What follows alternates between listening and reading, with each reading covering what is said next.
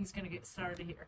So, Dr. Dan, I asked him to, and I gave you both sets of questions because there was some on here that he was going to address. He's not specific to behavior change, but he's definitely specific to the success question. So I'm not prepared. He's not prepared, but he's always so good even when he's not prepared. So we're going to try to go in order, but we may jump around. So the first question is about childhood, looking back, key positive and or negative people or situations that had an influence kind of thing. Like I said, my childhood I think I had a pretty good childhood.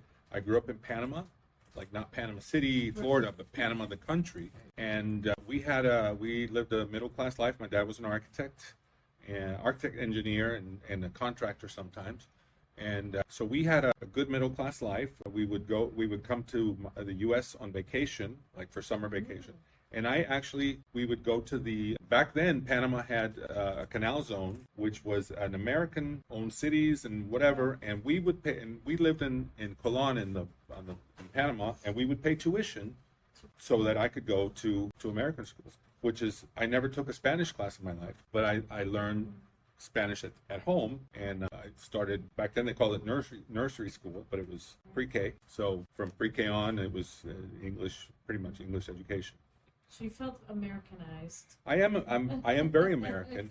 So then people say, you grew up in Panama. So I never felt like I belonged to either group, really. Right, yeah. Because I was too gringo for my Panamanian friends, and I was too Panamanian for my gringo friends. So it was never a good, So anyway, and my mom, like I said, my mom was a little bit of she would criticize a lot. So I think that affected my self-esteem. And to this day, I'm not like the most, confident person. I mean, I'm comfortable here. There's situations that I don't, I have done a lot of self-help. I have found that and I've done a lot of things that people would consider a little dabbled in Scientology for a little bit. And people are like, ooh, but yeah, and to be honest, I think that changed my life. It kind of let me know what was possible. I don't know anything about Well, and honestly, it's just, there is, I didn't want to get into this, but in Scientology, there's Dianetics, and it's called Dianetics. And when you talk about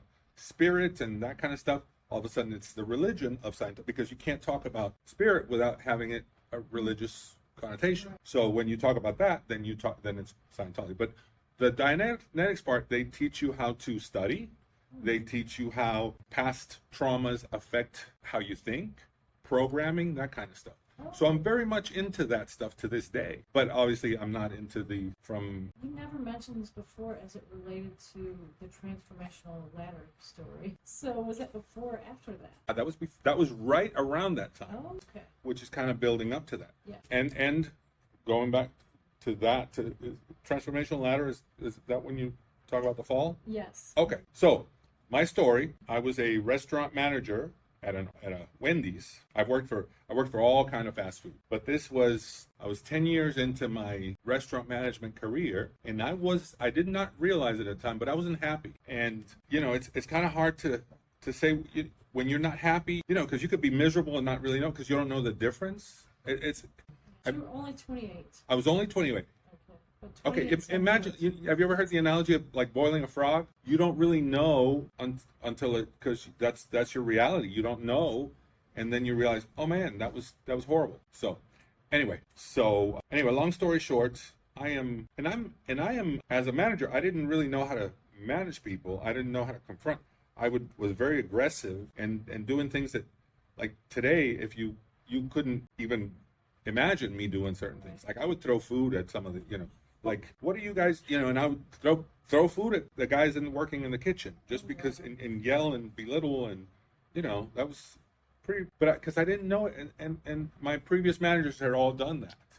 So I'm like, okay, if I'm going to be a manager, if I'm going to run things, I got to do it that way. Okay, this definitely goes under number 4, negative influence. Okay, well that's a very negative influence. And I remember one time I made a grown man cry because I was so abusive, and I'm not proud of that. I was so abusive. I came in, I was working the closing shift, and I came in, and I guess they were shorthanded, and I'm like, this is the worst restaurant I've ever seen in my life, and look at this and look at that. This is a mess. And anyway, this guy calls our boss crying, which ended up getting me a raise, strangely enough. They encouraged Because, well, they Isn't did there encourage some this. stereotype like those food shows where the chefs yell at people? Yes, and they that's did part of encourage the them. culture was like, Because we know who. it's high stress, and that's I got good. called into a meeting, I thinking I was going to be in trouble, but they're like, we know who's really running the store over there. Yeah. Oh. So they're like, we'll take care of you if you want to. Wow. You have your choice of if you want to get transferred to your own store. And so anyway, so I am in this. I'm telling the guys to change the sign on the special. You know, back in the day, all Wendy's had a little specials. Yeah, those things. Yeah. Yeah. 2 for 1 or whatever it was. They had a little special, and you had to go up there and put the sign or with a little stick. So and these guys are just playing around and they're joking around, throwing like, you know what, expletive, get down from there. I'm gonna do it myself. So I went up there and You're on the ladder. I'm on the ladder and I'm putting up the thing angrily, and I couldn't catch a breath, and I didn't know what was going on. So I said, call 911. You know, and So you didn't even know what chiropractic was. I had no idea. Never been, never This is seen a while one. back. Yeah. Chiropractic has gotten big just in the last. No, it's been around 125 years actually. I know, but you know what I mean. As a culture, Well, we're more accepting. Yeah. We're more open about it. But anyway, this girl calls her chiropractor, and it's an old guy, and he's like, yeah, I'll wait for him. So I get there. There's no staff because he was there by himself. So he's come on back, and he started working on me, and miracle, I could breathe. So I'm like, there's something to this thing. So I remember, he told me to come back a couple times, and I did. And every time that he worked on me, I was just fascinated, just fascinated by the stuff that he would say. And he would do muscle testing on me, and I don't know if you guys know what muscle testing is, but he would tell me, there's a problem with your adrenal glands. And I was like, okay, what the hell are my adrenal glands? And how can you possibly know this stuff? And he would test, and he's like, okay, certain points, and they would go, my muscles would go weak. It's like, wow, that's crazy. And one day and he's off to the side writing something down and I was just sitting there. I was watching him, and here's where it gets silly. And I was watching him, and I was thinking to myself, that seems like the coolest job in the world, and I wish I could do that.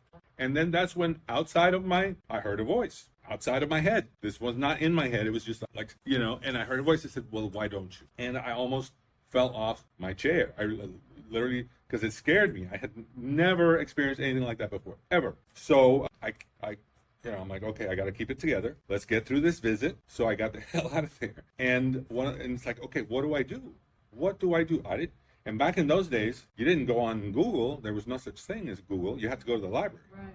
Yeah. So I'm like, do a decimal, and you looked it up, and you looked at, you wrote down the number, and you went in the card catalog, and I think any of them know. no, I don't. They don't know what I'm talking about.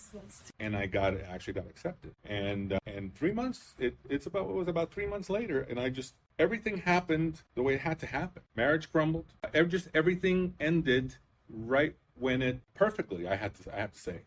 And then the next thing I know, I'm starting chiropractic school, and that's. Yeah, didn't the career stuff fall apart kind of too, like you said?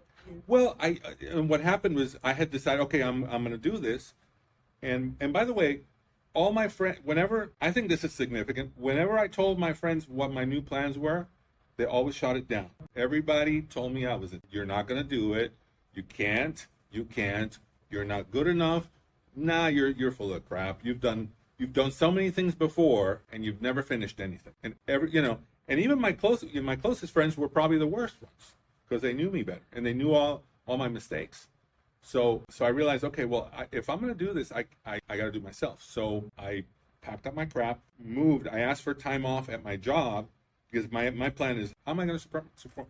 So I asked my job for time off, and I said, well, I'm going to transfer to freaking Atlanta, Wendy's in Atlanta, and I'll do that. So I went, I rented an apartment, I moved in, and I came back ready to work. Turns out that I got fired because there was a guy that was taking money. But the problem was I had not signed off on my register count or something. I mean, they knew this guy was doing something, but they got him, but I didn't sign my safe count or whatever it was.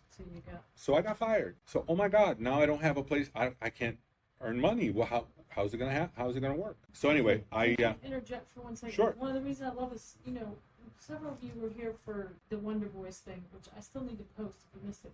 But I don't know if you've seen that movie. It's old Michael Douglas and I don't think so. Who's the Spider-Man boy? I forget his name. There's several good people. Francis McDormand. Anyway, his whole life falls apart before he gets his act together, kind of thing. And it almost has to fall apart for a significant change to happen. Right. Things have to not work anymore. Right. This was at 28, so everything kind of fell apart. Marriage fell apart. Got fired. Like everything I had planned did not work out. Everything I had, I'm like, I got this, and I planned it, and everything went to crap. So, and I'm like sitting around, looking around, and my friends are no motivational help either, because another thing that we were just, I've gotten over a divorce, so I was going out drinking, so, and I'd go out with one set of friends, and then the next night I go out with a different. So nobody knew that I was overdoing it either. I don't think I was ever had a problem, but I was this close to a problem. Okay, yeah.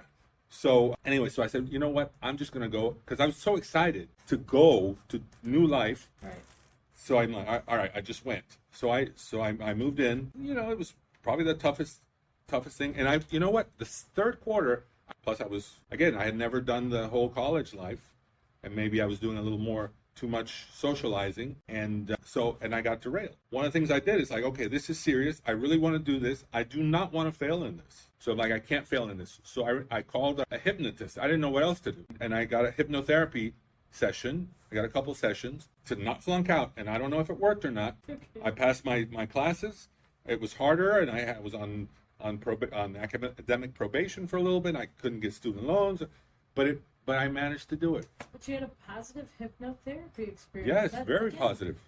At 28, which was a while back, that's an unusual choice to make. Well, I've always been attracted to different stuff, alternative stuff.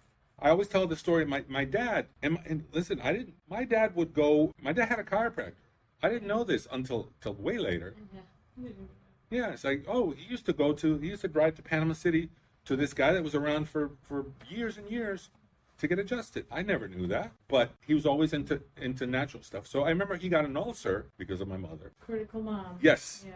So he had an ulcer, and he had to change his diet. He had to do things. He had to eat certain things, and I'm okay.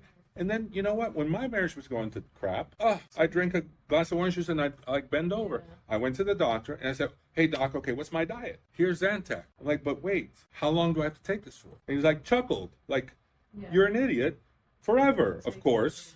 And that didn't make sense to me because my dad did a diet for a certain period of time. He got better, and that was it. Well, really, you need to change whatever's causing the stress. Right, and he got better. So that didn't resonate with me. So I'm like, okay, so stuff like that always attracted. I was into vitamins and that kind of stuff, even before I knew anything about chiropractic. So this was kind of a good fit. So, I almost flunked out and came back from that. And so where were we? Okay, well, I want us to link this into number 6, because he's already kind of addressed the obstacles, which was number 3, and the positive and negative influences. So, But I'm jumping to number 6 because that's the difference between successful people and those who don't achieve the goals. So you weren't successful, you would describe yourself as not so successful up until that point. Right. Your relationships, your career, your... Everything, because I gave up. Yeah. That's the thing. I would always give up. Okay. It's So persistence it's too hard. But you know what? Number one, I couldn't give it up because I already moved to a new city, and it's almost harder to give up as selling real estate and that. So I was like, I guess I'm good at being a restaurant manager because they're trying to throw money at me for throwing food at people. That's unfortunate. Right. So I must be good at that. But but there was I didn't love it. And I love this. This. That's made the difference. Uh-huh. When you say we're looking at successful people or your idea of success, you gotta love it. I would do this for free. I'm really good at it because I love it so much. That's the thing. I have friends of mine that they're decent chiropractors, and I'm not saying I'm the best guy. I'm the best one I know. I really don't want to come off as conceited or over. But I've been doing this a long time, and I'm good at it, and I'm better today than I was yesterday because I learned something new. Yeah, so open to learning. You have, but okay, it's hard to explain this stuff. But I consider myself an artist. So if you're doing your art, you have to always put everything and more into it. Like, and almost take away the stuff that my favorite quote of Leonardo da Vinci was it sophistication is the ultimate simplicity? Oh, simplicity is the ultimate sophistication. So, and Picasso also said, see, I always compare myself to art. Like these quotes really resonate with me. And Picasso, he could do classical. He started off doing classical style paintings, and he was good at it. But as he got to be amazing, he started doing little line drawings. His own thing. Yeah, because, and the thing is, and he said, you take away everything that's unnecessary. So one more line would have been too much. One less line wouldn't have completed it. So you have to have like a level of perfection. You know, it's like, that's it. And, you know, there's that story about he's sitting in a cafe and some lady recognized him, goes up to him, could you sign this for me? So he did a little doodle. And he's like, here you go, madam. That'll be $25,000. She's like, what? You're crazy. It's like, it only took you 5 seconds to do that. And he's like, no, madam, it has taken all my life to, you know, but tomorrow I'll be better.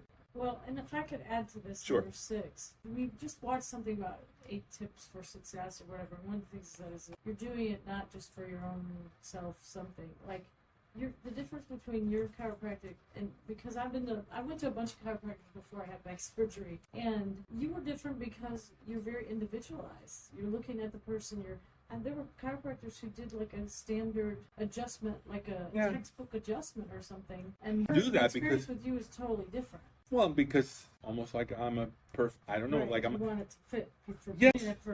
to help people. So I mean, yeah, I guess. And again, when I didn't know what I was doing, I would do what they told me to do, and it's a certain way, it's a certain thing. Then it was like, well, that I can do better than what they're doing.